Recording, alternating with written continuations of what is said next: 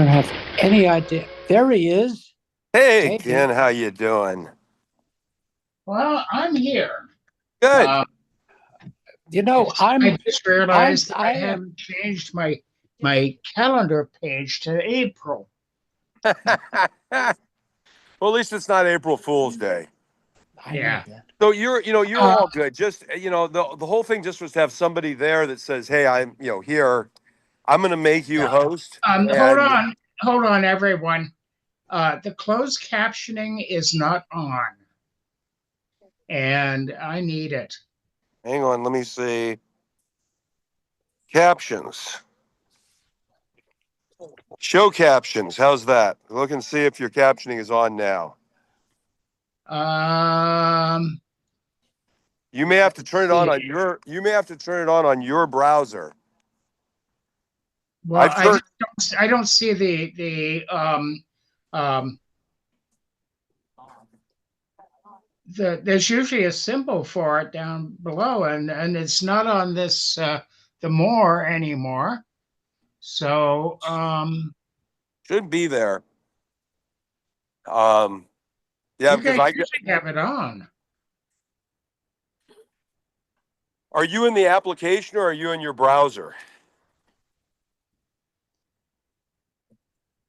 I'm in the browser. Okay, yeah, I don't know about the browser. If it works in the browser or just in the application, if you're in the app. Well, it's worked all the times before. Huh. Well, Jesse's We've here. had it up there for the last year or so. It's been working. Well, I tell you, Jesse's actually here, isn't he? Well, I'm sort of here. I'm in the motel room and I'm about to leave. I just wanted to wish Ken good luck. Well, thanks, Jesse. Actually, I've got the Google captions on, but they don't work as well as the Zoom Yeah, ones do. I don't know. I don't know if the closed captioning works the same way in the app or the browser. When you came in, did it ask you to open the Zoom app or not? Um, no, it didn't. It just I went, mean, hold on a second. yeah, Well, if you let if me you exit and come back in. yeah, come back in. Would you have the Zoom app downloaded? Well, yeah, I never used the app. Yeah, Um, so when it comes in and asks you if you want us to open the app because I think they're closed captioning. I know it works in the app, but I don't know if it works in the browser or how it works in the browser. Go ahead and try jumping back in and see how it works.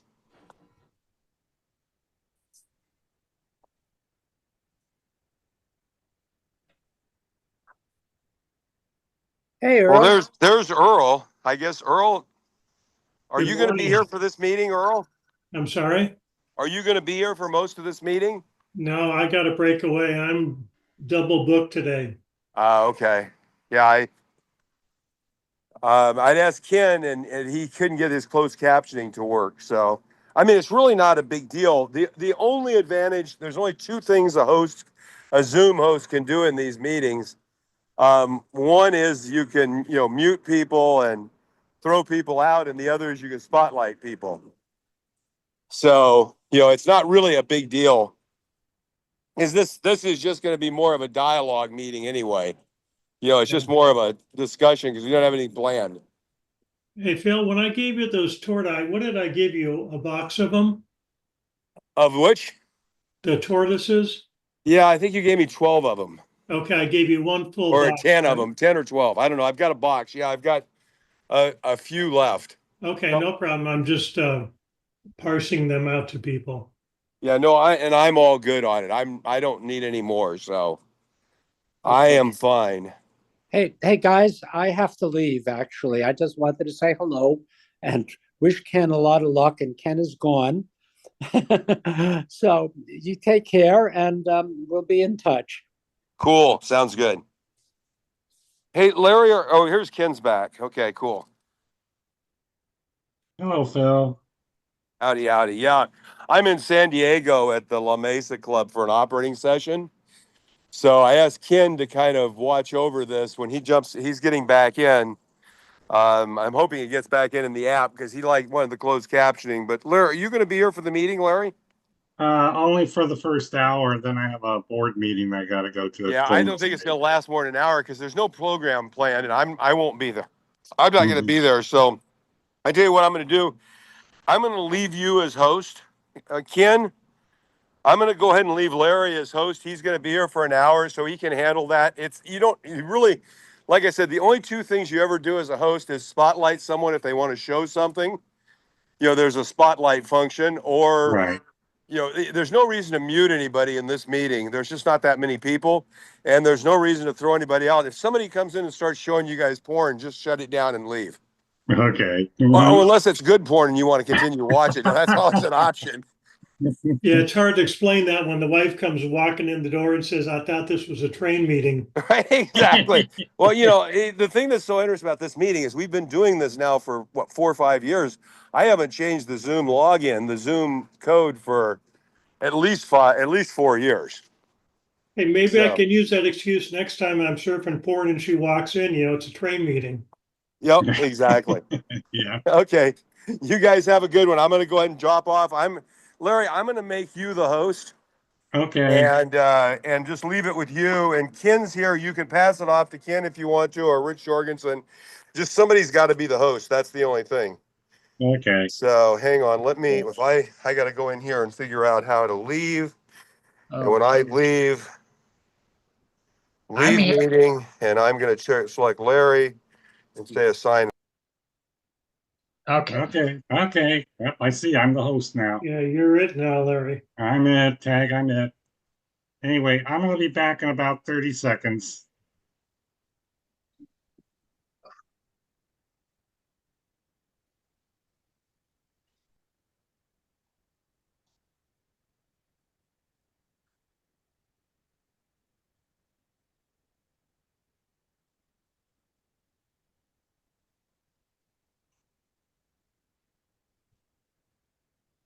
Hello, everyone. I think it's you and me right now, Ken. No, there are 4 people here, actually. If you look under the participants, it's me, Larry, Earl, and Rich.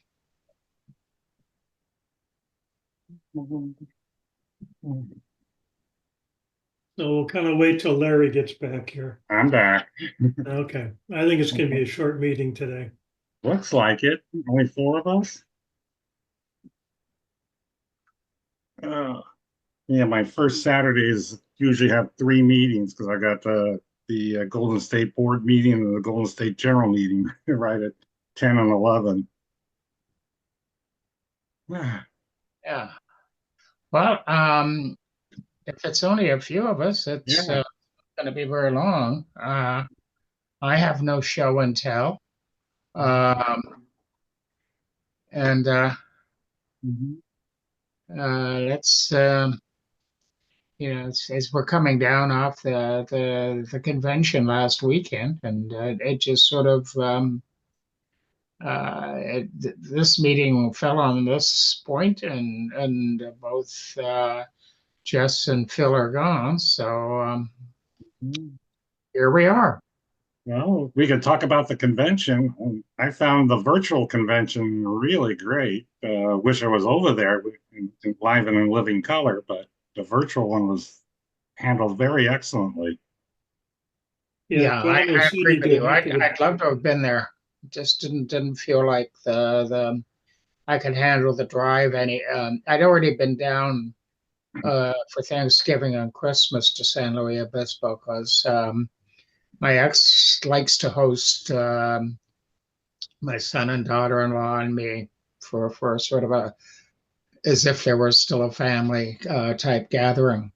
It's friendly, so there's no problems there. But anyway, I go to San Luis Obispo twice a year at least.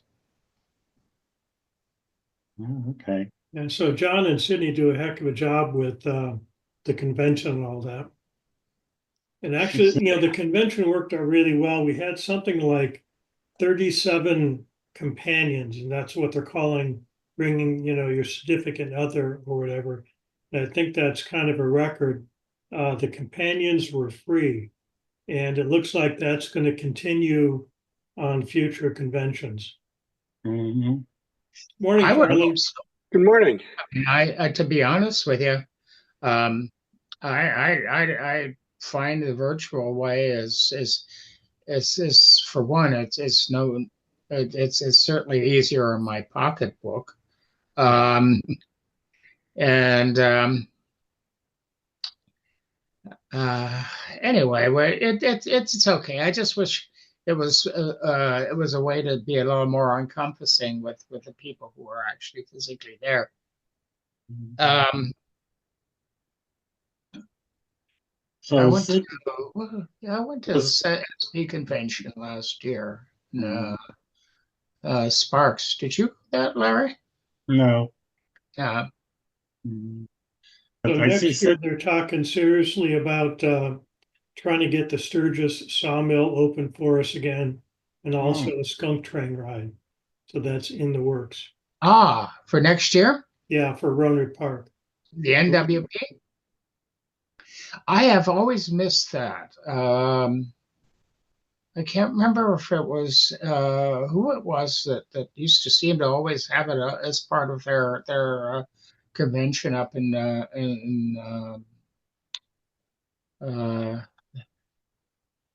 north of the bay. And anyway, Mhm. Yeah, I've never uh, been on the skunk train. I'd love to go try and ride on that. Yeah, we've been up there a lot and just missed it every time. Just schedules didn't work out. Mhm. Mhm. Hey Charlie, how you doing? Good. How are you this morning? Doing okay. I'm the default leader just to keep the meeting open. Otherwise, when Phil left, we all would have been out. Yeah, Uh, I enjoy these meetings. I just don't get to make most of them because they usually intersect with like an ops session that I'm at or something. So on those rare occasions when I'm available, I like to just jump in and see who's here. yeah. Well, that's where Phil is. He's down in San Diego at the La Mesa Club doing an Yeah, offset. Lucky him. yeah. Well, it just cozy up to Bryn Eckroot, and then you can get your invitation. And that's all you need. Hey, Oh Charlie, yeah. how Well, did your guys talk with Tom and Dave go at the convention? Well, it's interesting. I got some feedback that said some people enjoyed it. I thought we could have done a better job because we kind of rushed it a little bit. But I think I got some positive feedback. We enjoyed doing it. We actually had fun preparing it. It went okay. I was a little nervous because the target audience was people who'd never ops before, right? I'm staring at Seth and I'm the one here who was defiantly non-ops. I'm strictly a modeler, and so the ops thing that's taken over this region is sort of a bit of a pain to me. But well, then you didn't attend our session then. I Well, did. well, the idea was to so there's a lot of people who like you, Ken, are not sure about ops or why is it taking over the I don't think it's taking over the It's hobby. not that I'm not sure about ops. I used to work for a railroad. Oh well, there's that too. Yeah. So you've got your ops fill. Yeah. So for just that for I lots of got my us. fill of way bills up to the kazoo up here. Well, this is just it. This is just Almost. it. I work for PFE, but I did waybill audit for a year or more. Oh God. Believe me, I never want to see another waybill. Well, this is just it. The part of the idea of the session was if you don't like waybills, don't do them. You don't need to. The idea is to find operating sessions that fit what you want and have fun. Because mostly what we do is we have a lot of fun, and I enjoyed the community aspect of it. I mean, we go. There's a lot of teasing going on, it's a lot of fun. And I'm always learning something. What I find going to different railroads is, for me, not being a railroader by profession, trying to do operate a railroad like Dave Adams from 1936, or what were the practices at the Denver and Rio Grande in 1936? How did they run a railroad so that nobody got killed? Versus running a modern railroad with radios, and it's all very different. So I just take it as kind of a learning exercise, and the social part of it. That's the fun part. So that was the idea. So Larry, I was going to ask, was it you? Sydney said there was a question from Larry, and I was wondering if it was you. Was it your question about schedules and something? Yeah, that was me. How to put together train schedules. And I know many months ago, I talked about trying to bring ops to the Right. Golden State Mall Railroad Museum. Uh-huh. I'm still kind of working on. We had one internal meeting a couple of months ago, and then I got hit with something that I had to take care of. So trying to get back on track with that. And I want to invite you, Charlie, because you offered Sure. help Yeah, us. yeah. So, No, I'd be happy to do that. Yeah, and the trick there, there's kind of like two clinics. One is if you've never ops before, what's keeping you from doing it? Are you afraid? Paperwork, whatever. Give it a try. It's a lot of fun. But the other side of it is if you have a railroad or a club and you'd like to do ops, how do I get started, right? And the trick is what Dave was trying to say, Dave Lovelace, was he got started by knowing nothing about ops. So he just tried something. yeah. Right? And so just jump in and try something, see what works, what's fun, find your crew. If your crew's having fun and they're giving you feedback, do that. Well, my problem with Golden State is that apparently they tried doing ops many years ago, and that there are just too many people with too many opinions as to how to do ops. So I'm trying to, start them slow so I don't get into this, headbutting thing about, no, we need to do it this way. No, we do that way and things. Well, I think the trick might be, Larry? oh, sorry, go ahead. Suggestion. Mhm. Start with treating the railroad as a main line, and you set up a main line schedule. Don't worry about switching and waybills or any of that stuff. Start getting the guys used to running on a mainline schedule. Yeah, no, that's exactly what I'm going to do first, is just try to keep mainline trains going and all that. Yeah, forget all the switching and all that. In fact, Golden State's not very good at doing any switching. We just run long trains for the public, and our dispatching system is, are you coming up to Santa Fe? No, I'm on Southern Pacific. Okay, then no trouble. That kind of stuff. Right. Yeah, so. Well, it's a question of what subset of the club wants to operate, and how much, what do they want to do? How much fun do they want to have? What kind of fun do they want to have? Right? There might be a group that likes switching. I don't know the club layout. I don't know how much switching opportunities there are. That's my thing. I could happily go to a switching layout that has no main line, and I've done that, and I have a blast because I like the puzzle part of it. The puzzle part, yeah. Or I like just switching a yard. I'm happy to spend all day in a yard breaking up trains, making trains, blocking trains. I could spend all day doing that. That's my thing. Other guys like to run stuff. So there might be some guys that, and if you can come up with a way to do ops where it doesn't take 12 guys to start.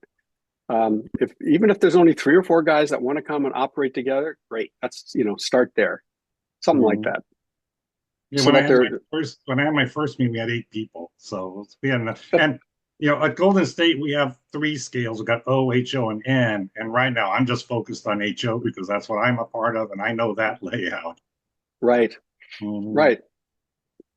Yeah. If you can get, Larry, if you can get 8 guys, that's enough for an op session. Absolutely. It's more than enough, actually. And start with the core and see how that works, and then get other people interested.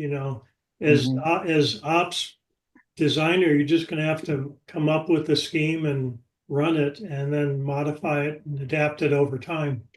Yeah. Don't worry about planning the ultimate schedule. Just figure out what works. Yep, exactly. And we're working with Seth on setting up a phone system through the layout. So. How big is your room? I can't remember the last time I was there. It was years and years ago. Yeah, the entire building, which is owned by the East Bay Regional Parks District, our portion of the building is like about 10,000 square feet. Yeah, it's enormous. Yeah, it's big. And we have the N scale guys even have their own version of the Tehachapi loop. The only trouble is it's so high up, you have to actually stand on one of the things the kiddies stand on to see it. But yeah, we're making a few more improvements. We've been painting backdrops on the walls instead of having blank walls. Now the O scale side has finally got theirs, and we're going to put up a display case with a Southern Pacific Daylight train that one of our members who passed away, the family is donating to us, and we're going to put that into the display case. Do you have like one of the issues with a lot of clubs, same issues you have sometimes with Fremos, is that if you want to operate and you want to move cars around, the cars are changing all the time.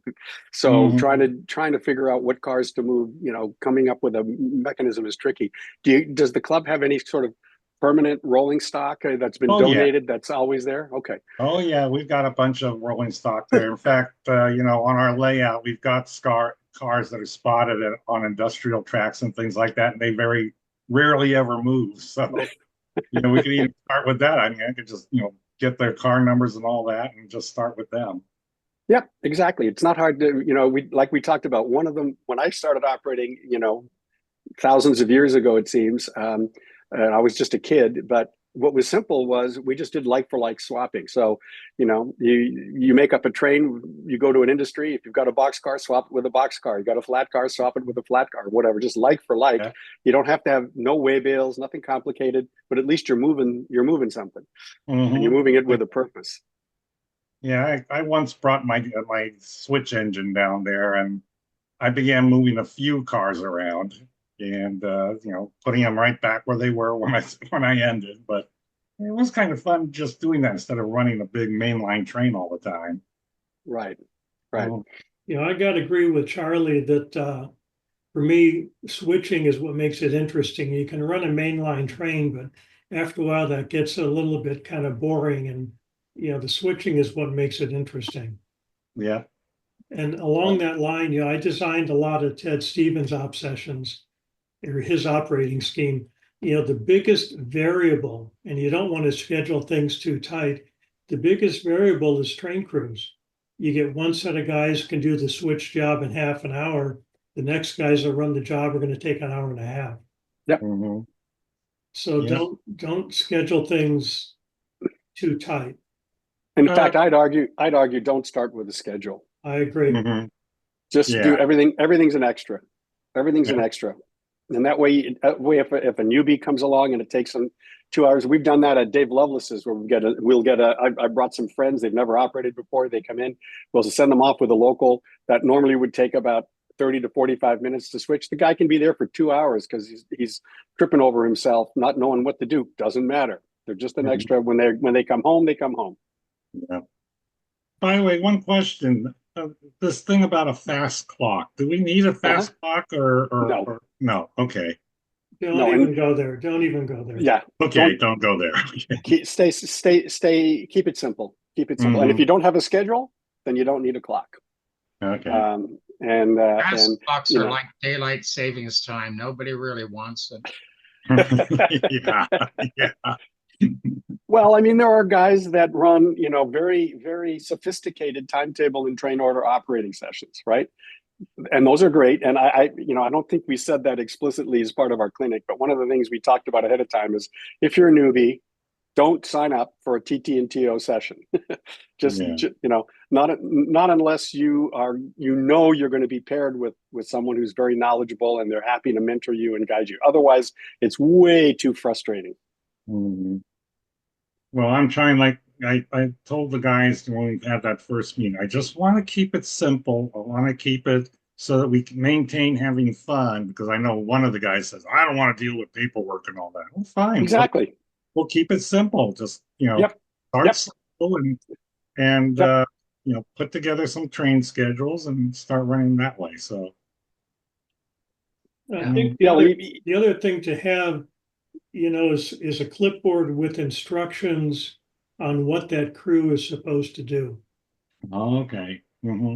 So we all get like these half-page size little clipboards, which are easy to carry, and then write up some instructions, and that way people know what they're supposed to do. Otherwise, you're going to be spending the whole time trying to explain jobs to people. Yep. And you're always iterating. I always laugh because Dave Lovelace has been operating for years. I don't know how many hundreds of operating sessions we've had. And you pull out his clipboards and you look at the back end instructions, and there's still handwritten, edited things because it's always changing. We're always realizing if there's something in the instructions that we missed or that make it better. So it's constantly evolving. Okay. So If you get want some clipboard. example, Larry, if you want some examples, I've got the write-ups I did for TED. I can email you a Word file. Oh, okay. That'd be great. Yeah. And just a bulleted list of what the job is all you need. Okay. Yeah, my email's larry.osorio@comcast.net. Okay. That's easy enough. Yeah. So yeah, I got to get back.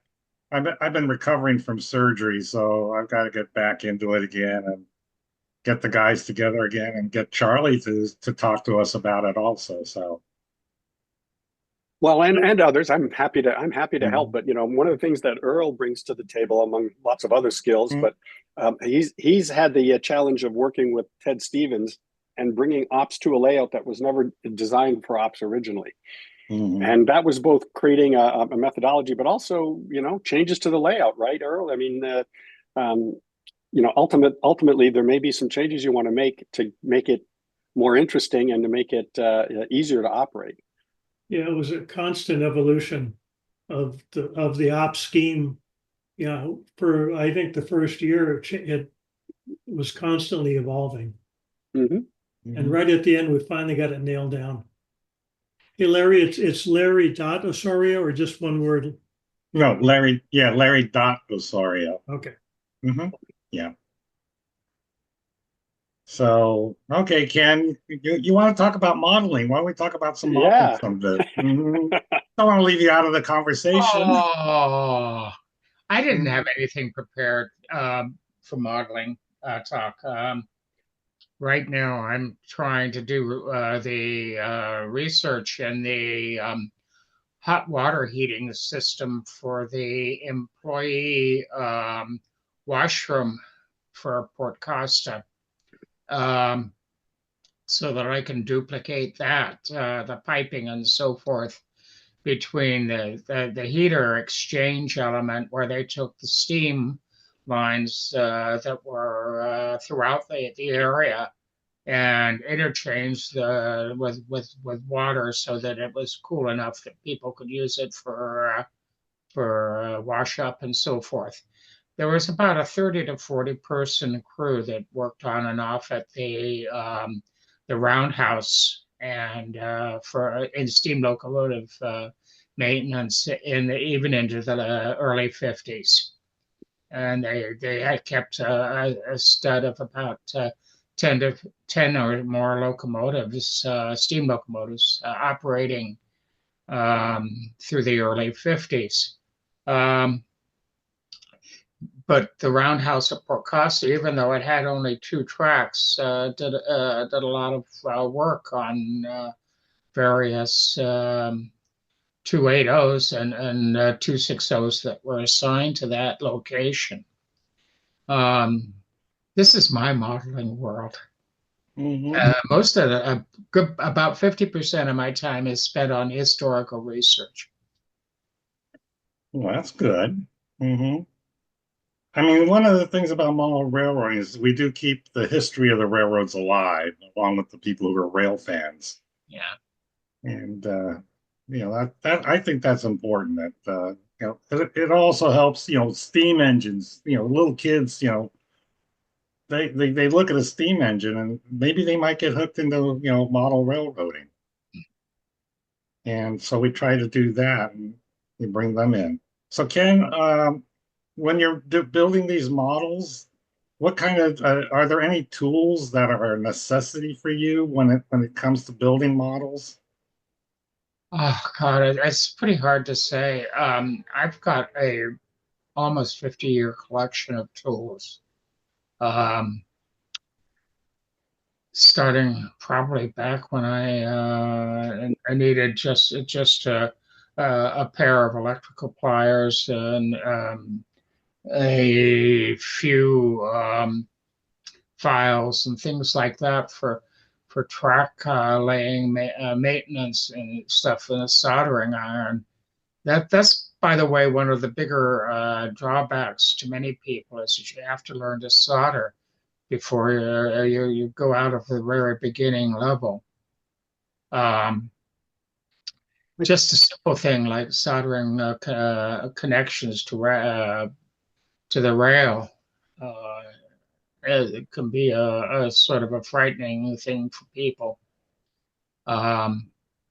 I know there are ways around it if you pre-solder feeder wires to track rail joiners, but it's a big problem.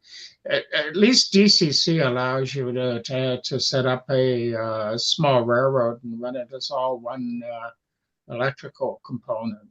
They're only watching out if you have any turnouts that are going to cause a conflict. And there, if it helps if you learn how to use what's it called, electrofrog or no, insulfrog turnouts. But it's the other thing is learning to use knives and not hurting yourself. As I get older, I start to go regress in that part.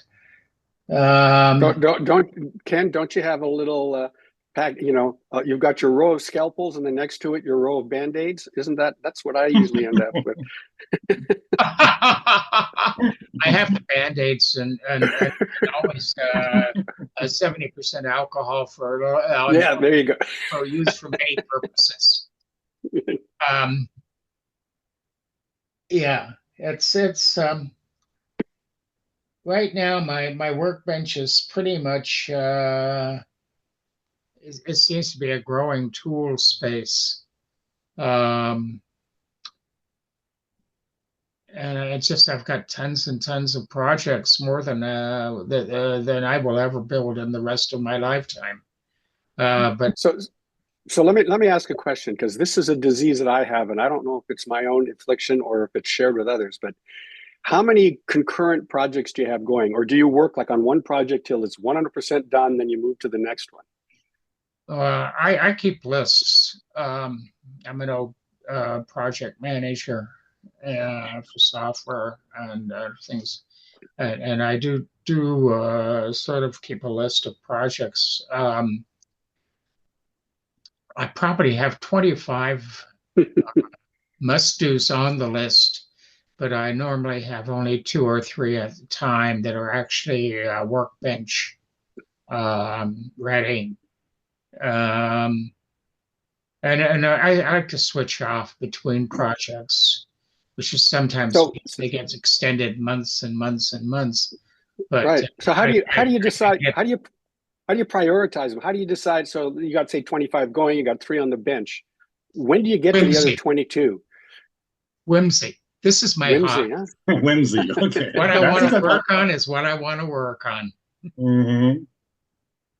So there's no prioritization, whatever. If you go back, you say, you know what, I'm going to go back to that, caboose project I started a year ago. I just in the mood for it and switch it back to it. And I have to have the high priorities, but obviously a maintenance defect, a turnout that's not working, or something like that, or rail connectivity, electrical connectivity is not working. Anything that's a maintenance item is higher priority than new construction. But as far as new construction goes, it is strictly whimsy. Whatever I want to work on, I work on. Whatever interests me at the time. Like right now, I'm doing trying to find a way to use Tamiya spray paints to simulate the SP daylight colors for a Shasta daylight that I'd like to build. Maybe an 8-car Union Station kits. I never, as always, right now I could buy things, but they're never on the market when I want to have the money.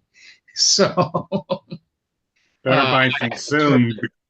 Better buy things soon because I'm getting emails from some of the manufacturers. We're sorry, but because of tariffs, I know. I don't want to get into the political necessities. no, don't want either. It's going to have an impact on the hobby, believe me. Big time, yep. Our friend up in Canada at Rapido has certainly put it fairly succinctly in a couple of his diatribes on the subject.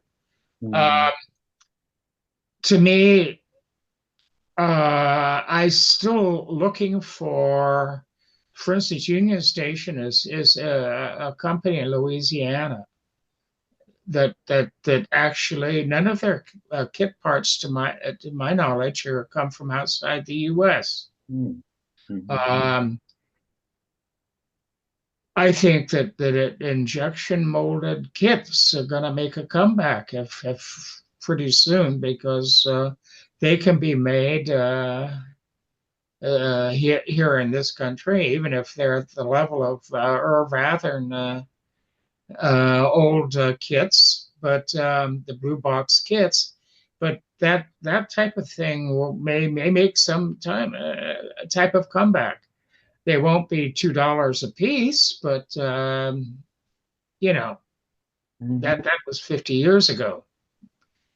I think a lot of the import stuff that we've become used to is going to disappear, and maybe it'll resurrect some of our local hobbies.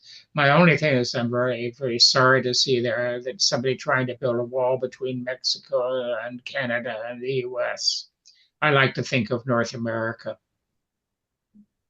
Yeah, as a single unit. I mean, that's the way we build cars. Parts from Mexico, construction, the assembly in Canada, and the car gets sold in the United States. It's all one big unit, and so. Well, that's the thing I liked about maybe we're getting into politics. The thing I liked about globalization, in the same way that within even a given community of people, right? I don't bake my own bread. I don't slaughter my own meat, right? Right. Each of us has a skill, and we all trade each other's skills. And I don't worry. I don't worry about whether I get exactly the same amount of stuff from Larry Osorio as he gets from me, right? Doesn't matter, right? We trade things around. So the same thing on the global stage is, certain countries have certain skills, certain expertise. So it makes for a cool system, and I just hate throwing a monkey wrench into it. We started out as a community of hobbyists that made things for, somebody decided, like Irv, old Uncle Irv, to go to start making stuff that he could sell in the mass market. Acura is still making their stuff in the U.S. as far as nothing is imported. Except that but that's what's interesting, right? We don't know, right? We don't know.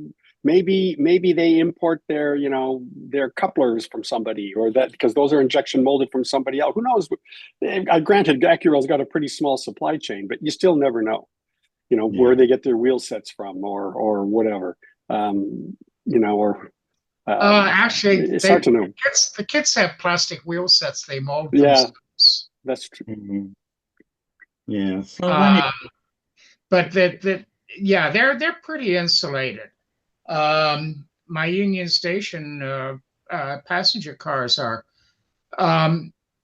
but for anything else, you're really the promise of 3D printing, and where you could sit down and just push a button and off comes a boxcar that somebody designed wherever they are, and you could actually be your own manufacturer, since it just hasn't materialized. Unfortunately, this has become sort of the moaning session of our hobby. Oh, yeah. Um, Dredge building. we're facing some substantial challenges, and Well, maybe it'll help guys like you. I kind of like building things, so I'm quite happy to take an AccuRail kit, put it together, and then detail it or do whatever I want to it, as opposed to I'm not the guy that's going to go out and buy a whole set of tangent cars at $60 a piece to populate the railroad. That's just I'd rather be making something, right, and detailing it, because that's kind of more fun. So maybe it'll help grow that part of the hobby, right? The guys that when that tangent car goes from $60 to $80, maybe more guys will start opening up some AccuRail kits to save some money. interesting. Tangent is a case of they actually their molding is done in North Carolina, but they ship everything to China to assemble and then get it back for the ready to run. They did try some kit built tank cars and things like that. And I tried to assemble one of them, and it's still sitting in pieces. Well, I was going to say maybe that's some of those guys, Tangent and Scale Trains and so on, might start selling kits instead of assembled things, if they can get the parts molded in the U.S., right? Yeah. But all that injection molding, all those interesting. There are a couple, North Carolina seems to be a hot spot of people who run moldings, plastic injection molding things. Tichy's there, Tangent's there. Yeah, so if you can get the pieces done, the expensive part, of course, is assembling them, right? Because in China they've got, or Vietnam or wherever, they've got low priced labor doing the assembly, but if they try to do that in the U.S., trying to get a zero tariff rate. Yeah. Good luck. So anyway, Rich, you've been sitting around there listening. Is there anything you'd like to talk about today? Nope, I'm just working on my layout, so you wouldn't want to see the back of me. Oh, okay. Well, what are you what are you doing on the layout?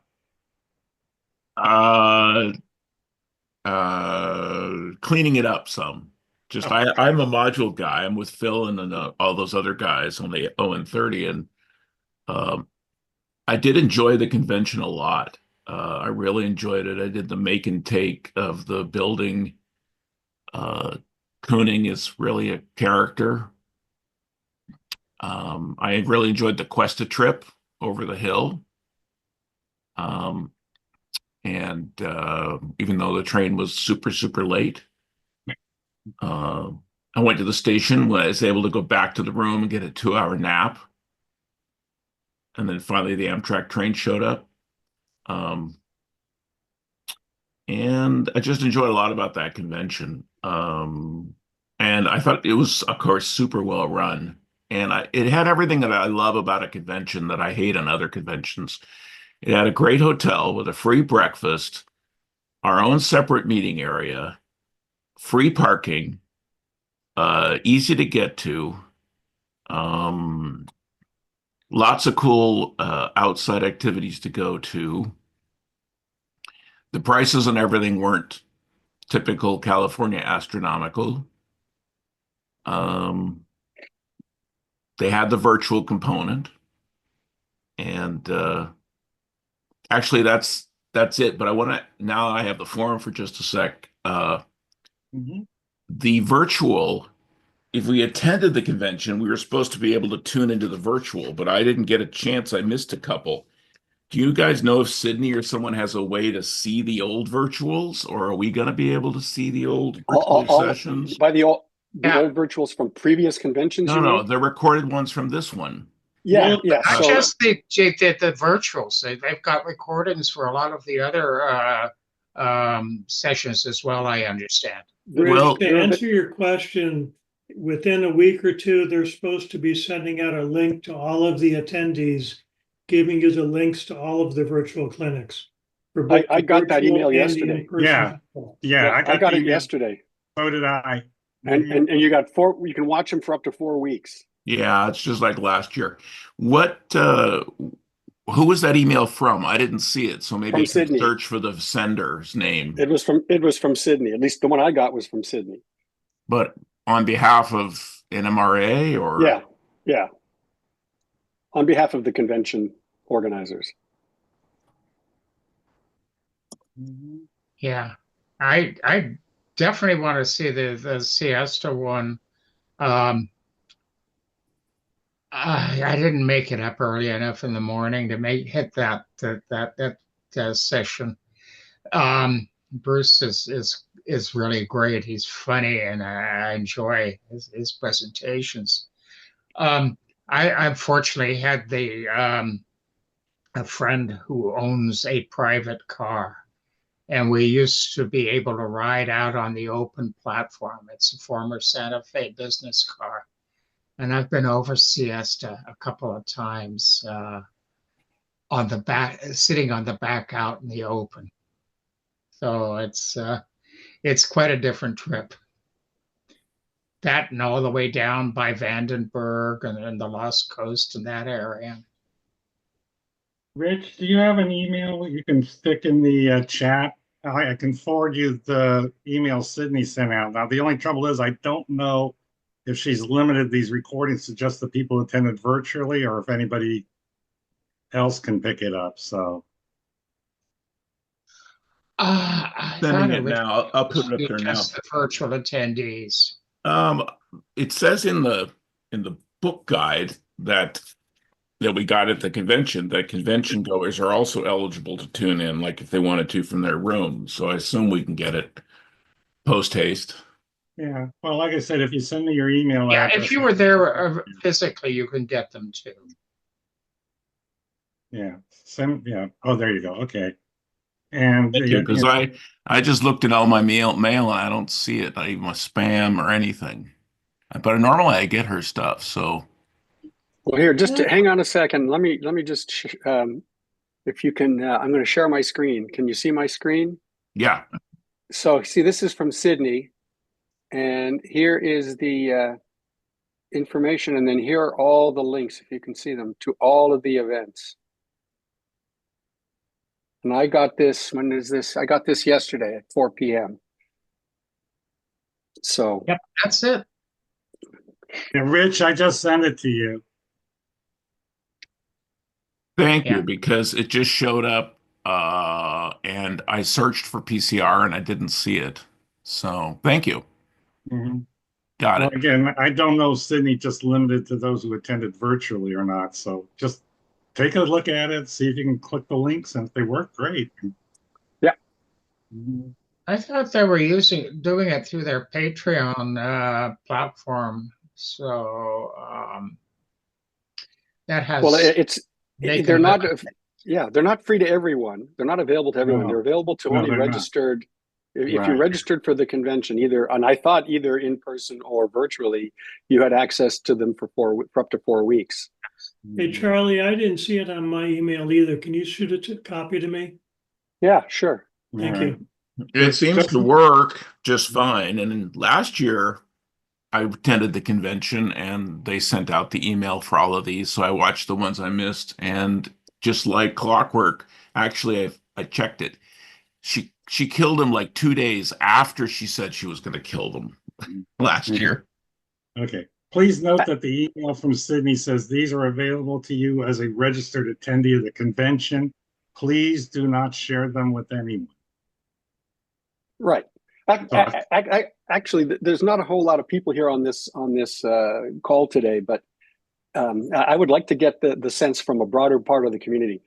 I watched, and Earl, you were there too. You know, Sydney and John spent 4 days, Trapped in the room. long hours, multiple cameras. They did a fabulous job. I watched some of them virtually. They do a fabulous job with the camera work and the audio.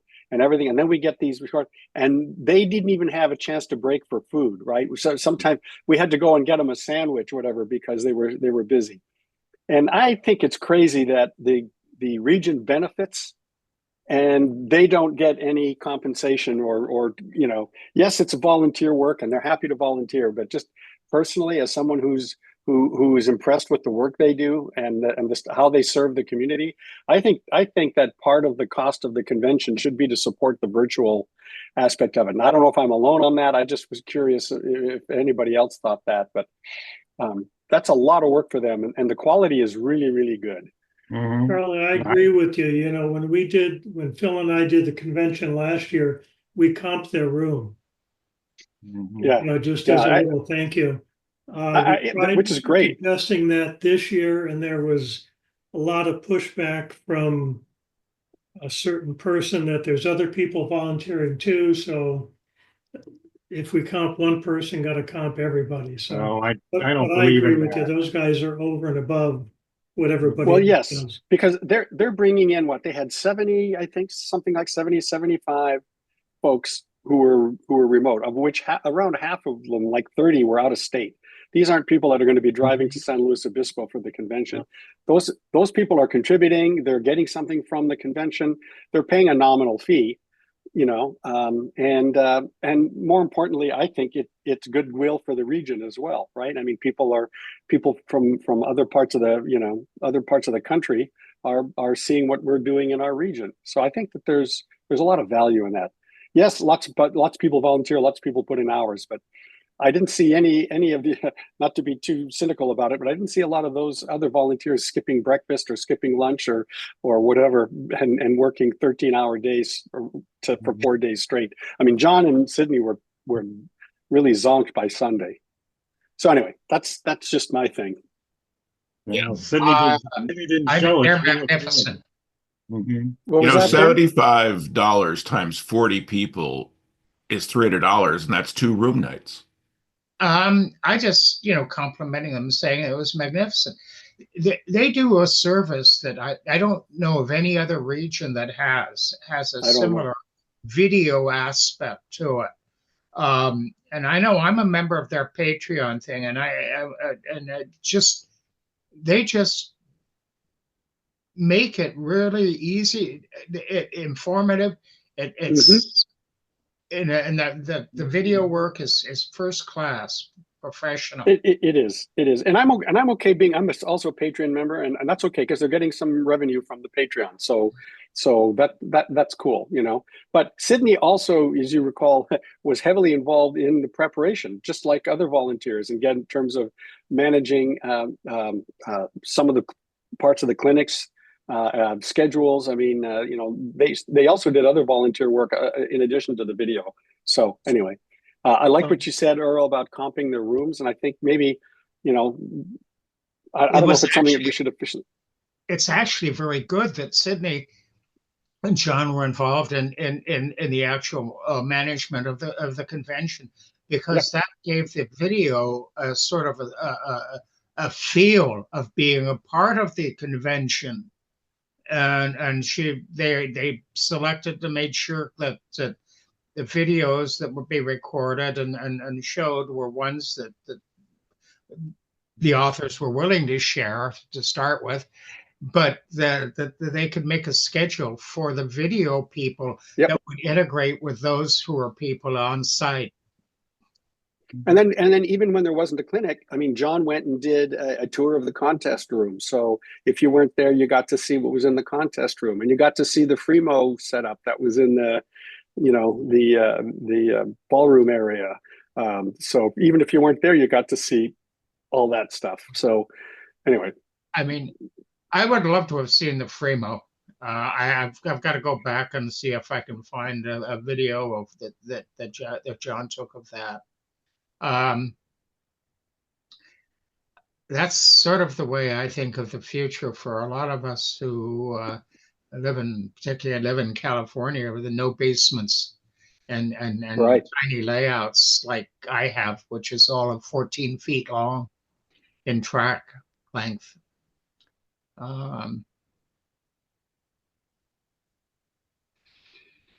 Yeah, I'm looking to see. I don't see a recording of the contest room or the Fremo on the list of Yeah. videos.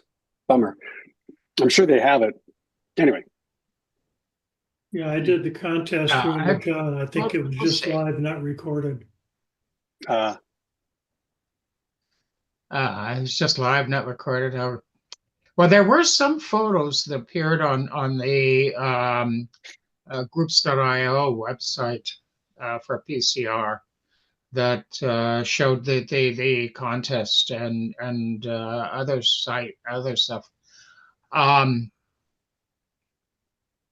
You know, Yeah, I there was 3 or 4 postings on the IO's group of different pictures of the 4 days. yeah.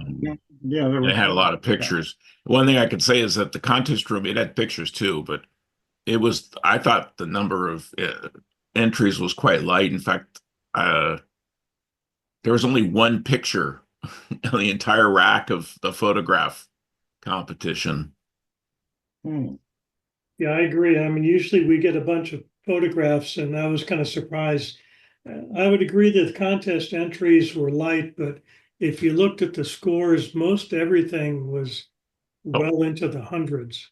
Super excellent. What was there was top notch. Yeah, definitely. The stuff Tom Knapp brought Hmm. was excellent.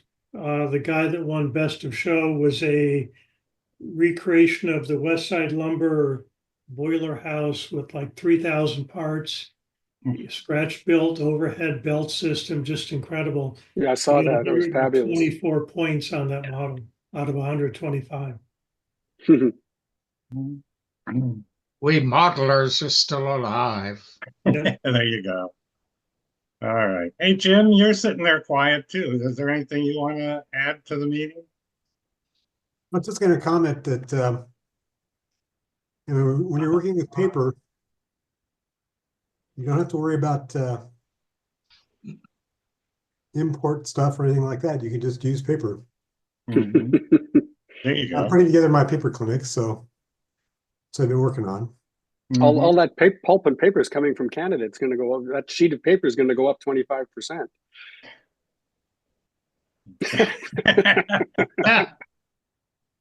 Well, we got some paper mills, I guess, in the Pacific Northwest. So Now, I do have I don't know if they're still there. I don't know. Are they still operating? I used to. I don't know. I had family up in Everett before Boeing got built up in Renton, or built up not Everett, Renton, but up in that area. But we used to go there, and that town just stank. I mean, the wind would drift from those paper mills, and the sulfur. Oh. Oh my gosh. Sounds like San Francisco back in the 60s where you could smell all the odor from the butchers that were down there in the Bayview Hunters Point area. I never went there near Hunters Point during the 50s and 60s. I lived up in Bernal Heights area, and if the wind blew the wrong way, we got a good whiff of everything from over there. Yeah, we lived out in the Sunset. Yeah, one of the things that I'm going to be doing is I've got a whole bunch of blue boxes. I mean, after collecting these blue boxes over the years, I want to get them to run on DCC. So I've been buying a bunch of mobile decoders. I don't need the sound, and just I want to spend some time with some of my blue boxes and putting the decoders in. But I also know that some of the motors are probably so old that they may draw too much amperage, I guess. That destroy the decoder. So I've bought a few extra motors too. Barry? Yeah. You're on groups.io. You know how to get in there. Oh yeah, I see that all the time. Yep. There's a remoter and repair group. Oh, there is a huge archive of Ken Clark runs it, and they've got just between what's on the actual discussions and the history and all of that in their files. They've got stuff on how to do all that blue box motor change. Thank you, Ken. I'll go take a look over there. Yeah, because I'm right now I'm working on an SW1500 blue box, trying to put the decoder and sound into that guy. So it's just a matter of trying to squeeze all that and the wires and everything into that small little chassis and body. So that would help. I'll go take a look. Well, I just did a Proto 2000 1998 vintage PA1,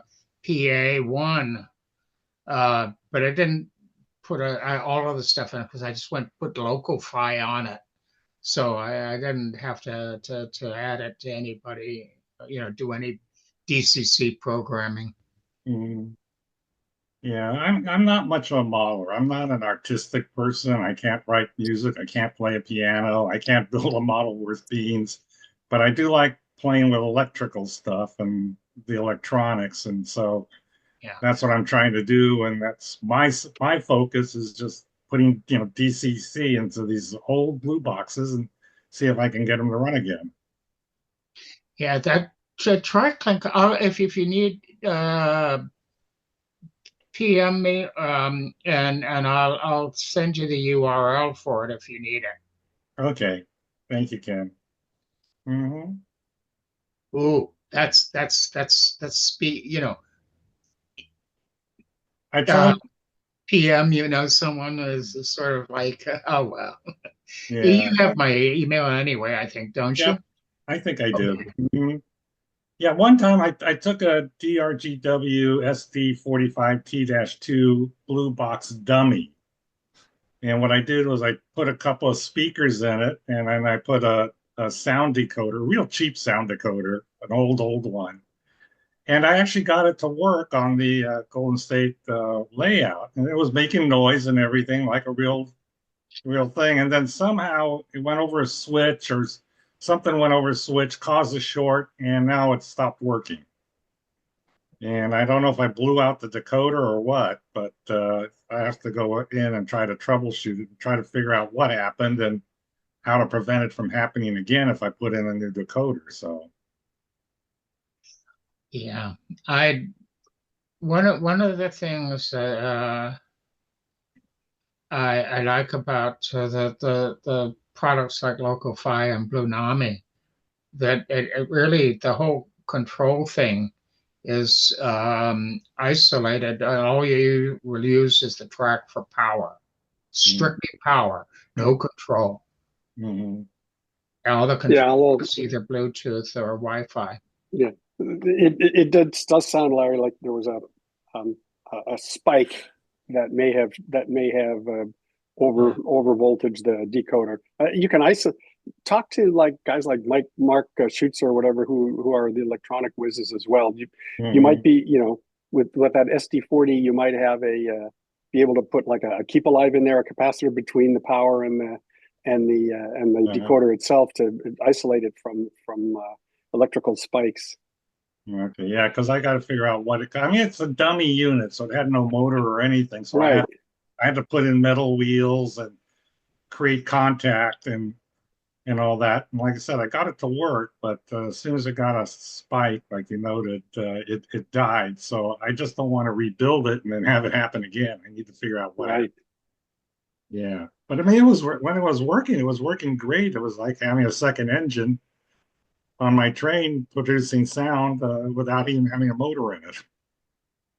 So just something I thought I'd try, and it seemed to work until that short.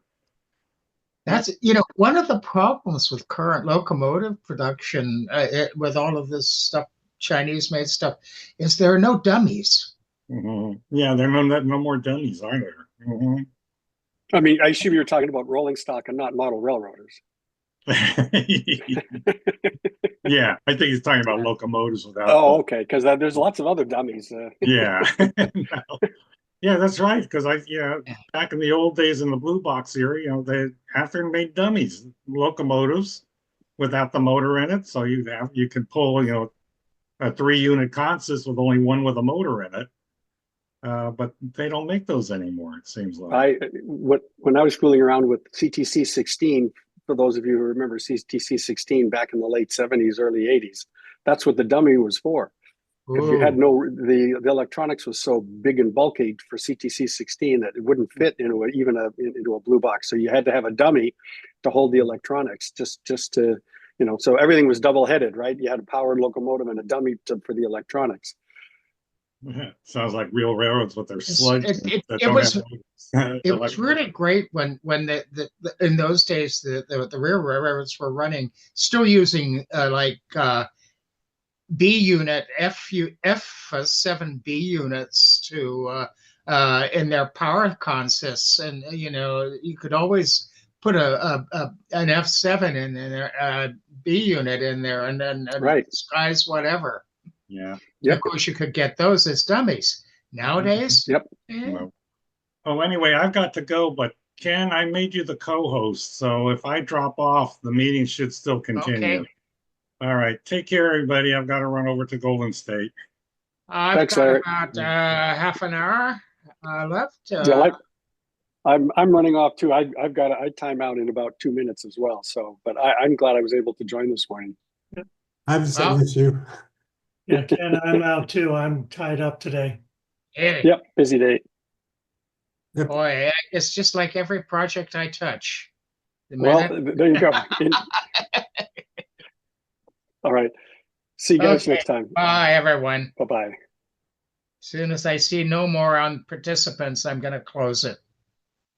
I'm down and off we go. End.